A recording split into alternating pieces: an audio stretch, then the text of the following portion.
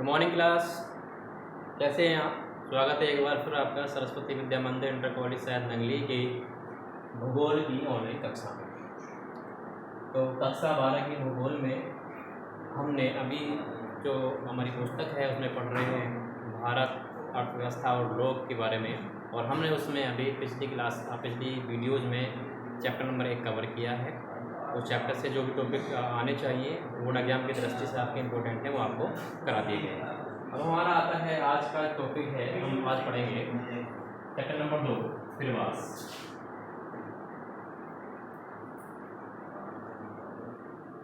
आप लोगों ने देखा होगा, आप लोगों ने प्रैक्टिकली अपने आसपास के क्षेत्रों में देखा होगा कि लोग अपने एक स्थान पर रहते हैं, उसके बाद शिक्षा ग्रहण करते हैं, शिक्षा ग्रहण करने के लिए दूसरे स्थान पर जाते हैं।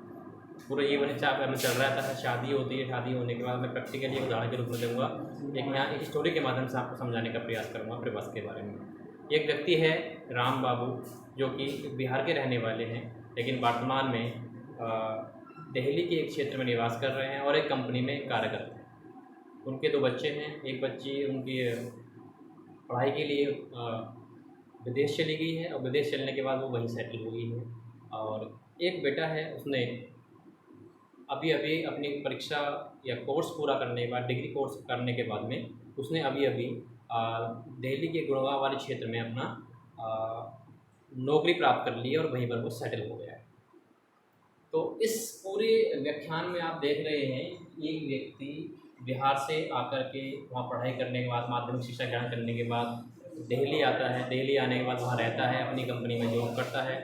कंपनी में जॉब करने के बाद उसके बेटे होते हैं, वो भी अपनी शिक्षा ग्रहण विभिन्न स्थानों से करते हैं, आसपास के क्षेत्रों से करते हैं।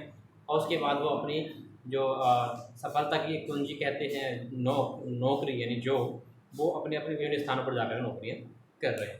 तो इस पूरे क्रम में हमने देखा कि एक व्यक्ति एक स्थान से दूसरे स्थान पर आया और वहाँ रहा, और फिर वहाँ से उसके पुत्र या उसकी पुत्री दूसरे अन्य स्थान पर जाकर के रहे। और तो इस प्रक्रिया को हम प्रवास कहते हैं। हालांकि एक ट्रांसपोर्ट यहाँ पर डायग्राम है, इसके माध्यम से आप समझ सकते हैं कि एक बस है, वो एक स्थान ए से ढेर सारे व्यक्तियों को लेकर के स्थान बी की ओर जा रही है। इनमें ऐसे व्यक्ति होंगे जो स्थान बी पर जाकर के रहेंगे या वहाँ पर रहते होंगे या स्थान ए पर किसी कारण से आए होंगे, या कुछ ऐसे होंगे स्थान बी के बाद भी अन्य किसी स्थान पर हो जाए। तो कुल मिलाकर के हम अगर बात करें कि प्रवास क्या होता है, तो प्रवास का मतलब निकल करके आता है एक स्थान से दूसरे स्थान पर के जाकर के रहना, यानी प्रवास करना, जाना। एक स्थान से दूसरे स्थान पर जाना और जाकर के वहाँ रहना, कुछ समय व्यतीत करना, ये कहलाता है हमारा प्रवास। तो साधारण शब्दों में प्रवास की बात करेंगे, जनसंख्या का या जनसंख्या के एक भाग का, जनसंख्या के एक भाग का किसी स्थान पर जाकर समय व्यतीत करना प्रवास कहलाता है। ठीक है, समझ गए होंगे। तो हम अपने जीवन में देखते हैं कि विभिन्न प्रकार से प्रवास करते हैं। यहाँ अगर हम बात करें प्रवास की, तो प्रवास कई प्रकार से होता है। समय के अनुसार अगर हम बात करें तो हम प्रवास के प्रकार की अगर बात करें, आगे टॉपिक हमारा आता है प्रवास के प्रकार। तो प्रकार हमारे होते हैं, ये होते हैं हमारे समय के आधार पर, समयावधि के आधार पर। ठीक है, अल्पकालिक,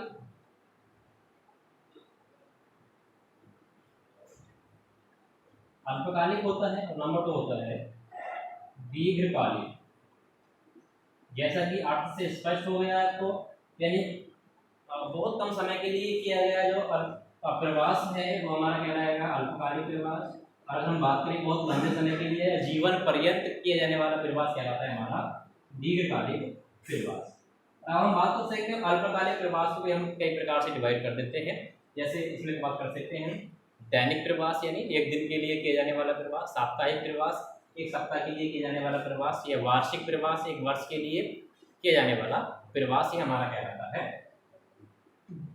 अल्पकालिक प्रवास कहते हैं। और बहुत लंबे समय के लिए या जीवन पर्यंत जीवन को व्यतीत करने के लिए किया जाने वाला प्रवास हमारा क्या रहता है, दीर्घकालिक प्रवास। ये हमारा होता है समय अवधि के आधार पर। हालांकि इसमें मैं थोड़ा हाईलाइट्स कम करूंगा, अल्पकालिक हो गया प्रवास और दीर्घकालिक प्रवास हमारा हो जाता है। ठीक है, देख लीजिए जरा इसको, स्क्रीनशॉट ले लीजिए एक बार।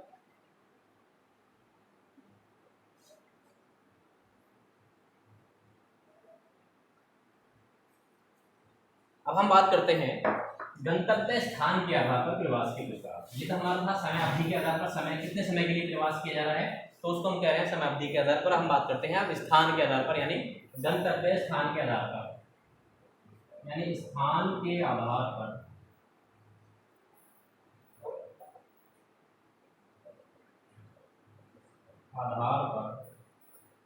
प्रवास।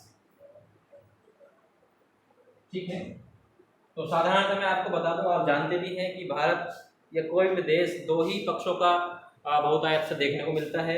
जो किसी भी देश की, किसी भी क्षेत्र की जनसंख्या दो ही पक्षों में निवास करती है, दो ही स्थानों पर निवास करती है। या तो वो होगा एक शहर या वो होगा एक गांव, यानी एक ग्रामीण क्षेत्र हो सकता है या एक नगरीय क्षेत्र होगा। इनके अलावा कोई भी और पक्ष नहीं होते हैं जहाँ जनसंख्या निवास करती है। ठीक है, तो दोनों ही पक्ष होते हैं।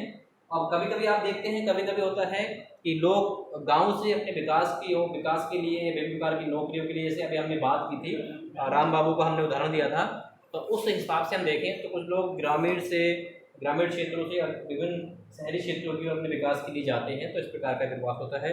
कुछ लोग अपनी सुख शांति के लिए, अपने या जलवायु सुविधाओं से लैस होने के लिए, जलवायु की सुविधाएं प्राप्त करने के लिए शहर से गांव की ओर भी जाते हैं, तो इस प्रकार से प्रवास होता है। तो इसी आधार पर हम बात कर सकते हैं स्थान के आधार पर प्रवास के प्रकार की।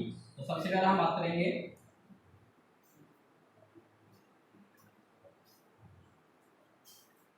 ग्रामीण से नगरीय प्रवास। नंबर 2 हम बात करेंगे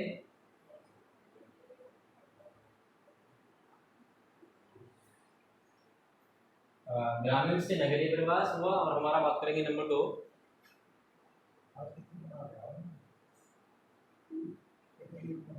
ग्रामीण से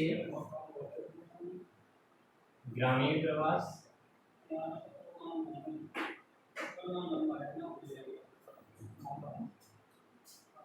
नंबर 3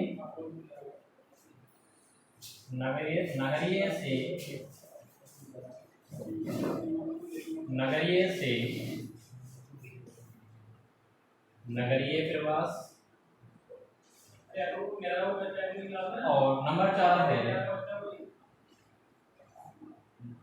नगरीय से ग्रामीण प्रवास।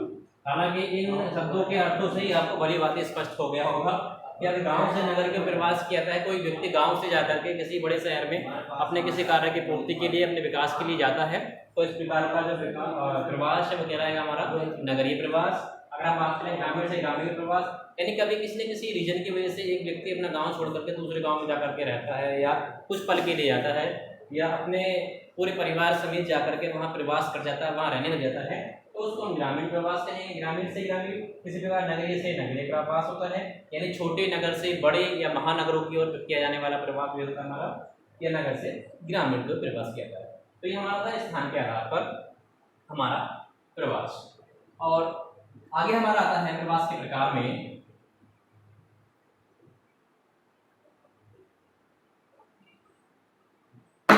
देशों के आधार पर हम बात कर सकते हैं। देशों के आधार, ठीक है। तो नंबर 1 तो होता है हमारा आंतरिक, यानी किसी देश के आंतरिक वाला, यानी आंतरिक प्रवास। जिन प्रवासों की हमने अगर अभी बात की थी कि नगर से नगर, ग्रामीण से ग्रामीण, और ग्रामीण से नगर, और नगर से ग्रामीण, ये जो प्रवास है हमारे, ये आंतरिक प्रवास के अंतर्गत आते हैं, क्योंकि किसी भी देश में इस प्रकार का प्रवास किया जाता है वो इन्हीं क्षेत्रों में किया जाता है, तो वो हमारा क्या रहता है, आंतरिक प्रवास। ठीक है, अब हम बात करते हैं नंबर 2 हमारा आता है अंतरराष्ट्रीय प्रवास।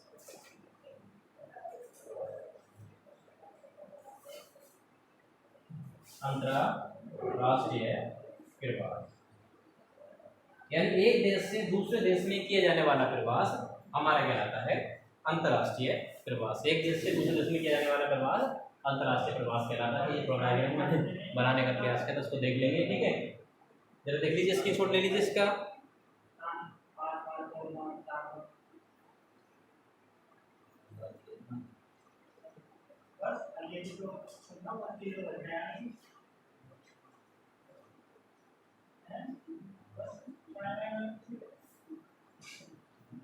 हालांकि इस चैप्टर को हम मानव भूगोल के मूल सिद्धांत में हल्का सा हाईलाइट कर चुके हैं। हालांकि हमें केवल ये भारत के परिप्रेक्ष्य में पढ़ना चाहिए, यानी हमें केवल इसमें आंकड़ों को प्रस्तुत करना चाहिए। उनके बारे में भी हम बात करेंगे, आंकड़ों को प्रस्तुत करेंगे कि भारत में आंतरिक प्रवास हुआ है या अंतर्राष्ट्रीय प्रवास हुआ है तो किन किन देशों के लोग बहुतायत से आए हैं, या अगर आंतरिक प्रवास हुआ है तो किन राज्यों के लोग किन राज्यों को बहुतायत से प्रवास किए हैं, ये हमारे आंकड़ों के अंतर्गत आएगा। फिलहाल हम थोड़ा सा इसको हाईलाइट कर लेते हैं।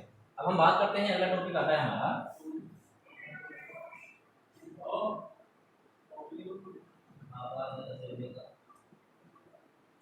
प्रवास के कारण।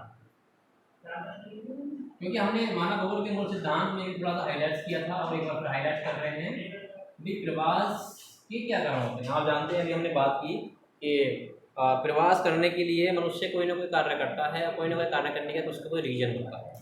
तो इसी प्रकार हम बात कर सकते हैं उसकी विभिन्न आवश्यकताओं के लिए, विभिन्न उसकी इच्छाओं की पूर्ति के हिसाब से अगर हम बात करें तो हमारे प्रवास के दो कारण होते हैं।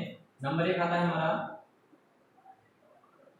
आकर्षी कारक या आकर्ष कारक, ठीक है। और नंबर दो हमारा आता है प्रतिकर्ष कारक, ठीक है। आकर्ष कारक, प्रतिकर्ष कारक, देख लीजिए दो प्रकार होते हैं, दो कारण होते हैं हमारे प्रवास करने के। किसी व्यक्ति के एक स्थान से दूसरे स्थान पर जाकर रहने के हमारे प्रमुखता से दो कारण होते हैं। एक में आता है हमारा आकर्ष कारक, होता है हमारा प्रतिकर्ष कारक।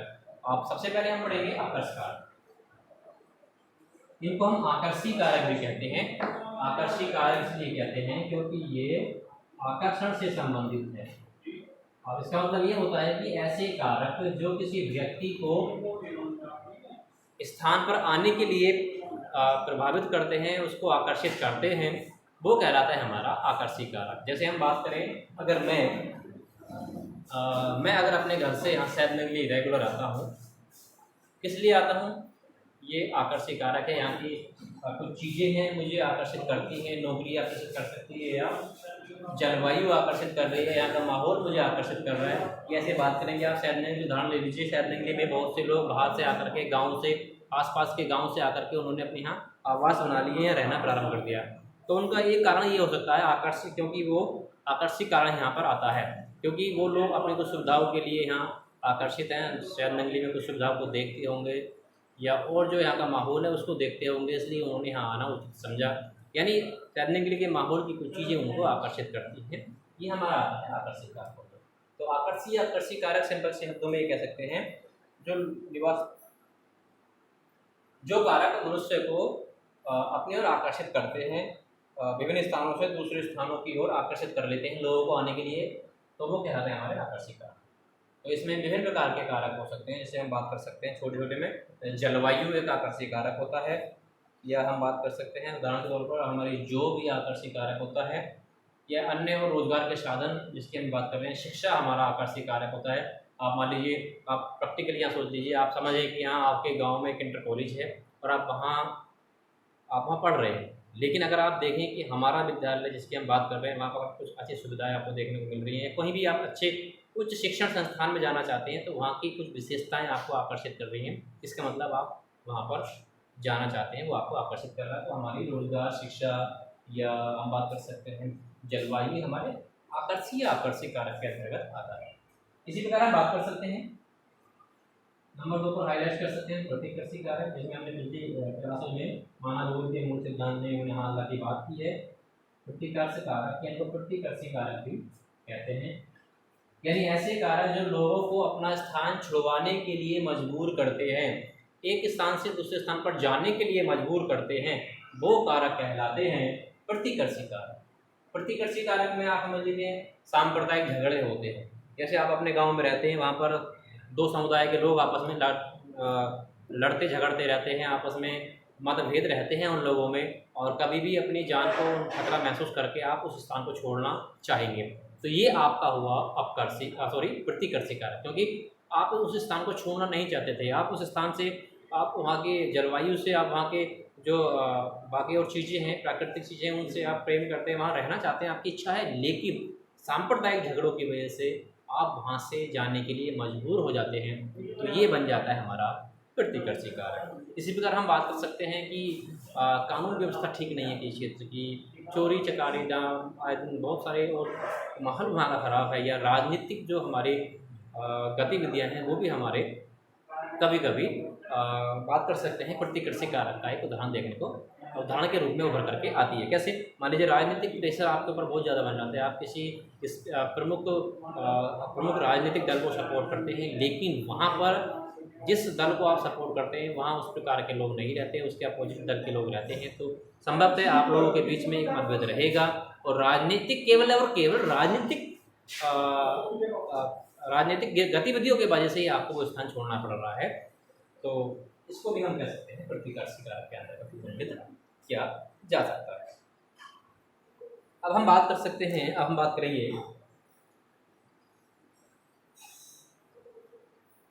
अगले टॉपिक में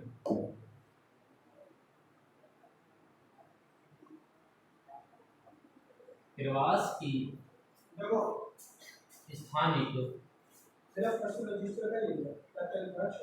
की स्थानिक विभिन्नता।